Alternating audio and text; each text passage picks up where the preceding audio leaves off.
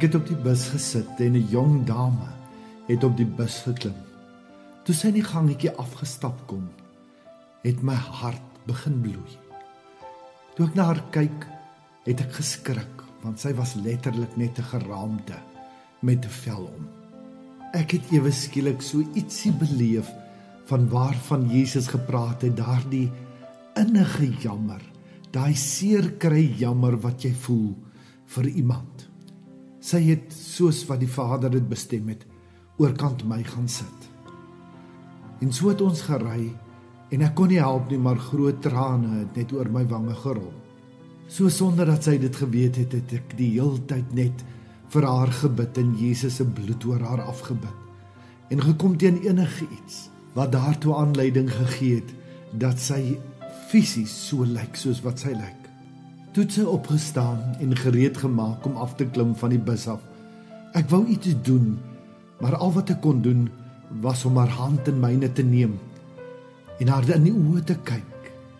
En sonder dat daar 'n woord gesê is daar so baie gesê. Ek het verder in stilte gery en die gedagtes het net ewe skielik by my opgekom. Ek voel jammer vir iemand wat fisies in so 'n toestand is.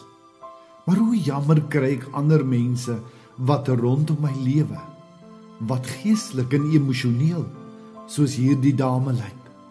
Want die liggaam vergaan, maar dit wat binne-in is, dit wat regtig vir God tel, dit wat nie baie keer met die oog gesien kan word nie. Hoe lyk mense se binnekante rondom ons? Hoeveel mense rondom ons, dalk onsself, is geestelik en emosioneel, bulimies of anoreksies? Luister wat sê Jesus in Johannes 6 vanaf vers 54. Ek herhaal, wie my liggaam eet en my bloed drink, het die lewe wat nooit sal ophou nie. Met die wederkoms sal ek hom liggaamlik laat opstaan. Weet julle wat stil 'n mens se geestelike honger en dors? Dit, my liggaam is die ware geestelike voedsel en my bloed die ware geestelike drank. Dit werk so, as iemand my liggaam eet en my bloed drink, ontstaan daar 'n geestelike eenheid tussen ons. Vir so 'n persoon word ek die fokus van sy lewe en ek is ook altyd by hom. Die Vader wat my gestuur het, het die lewe. Hy het aan my die lewe gegee en daarom lewe ek. Net so sal ek dieselfde goddelike lewe aan die persoon gee wat my eet. Ek het dit vir jou uit die boodskap voorgelees.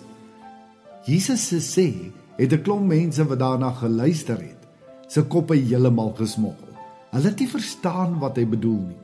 En dit is wat so mooi vertaal word in die boodskap, waar Jesus dan ook sê, dit is wanneer ek en jy tyd maak vir hom, tyd spandeer saam met hom, in ons vriendskap met hom groei, dit is dan wanneer hierdie eenheid tot stand kom tussen hom en ons. Wanneer ons letterlik ook, soos wat ons liggame kos nodig het, begin verstaan dat ons siele en ons gees ook kos nodig het. En dis die kos wat Jesus alleen kan gee.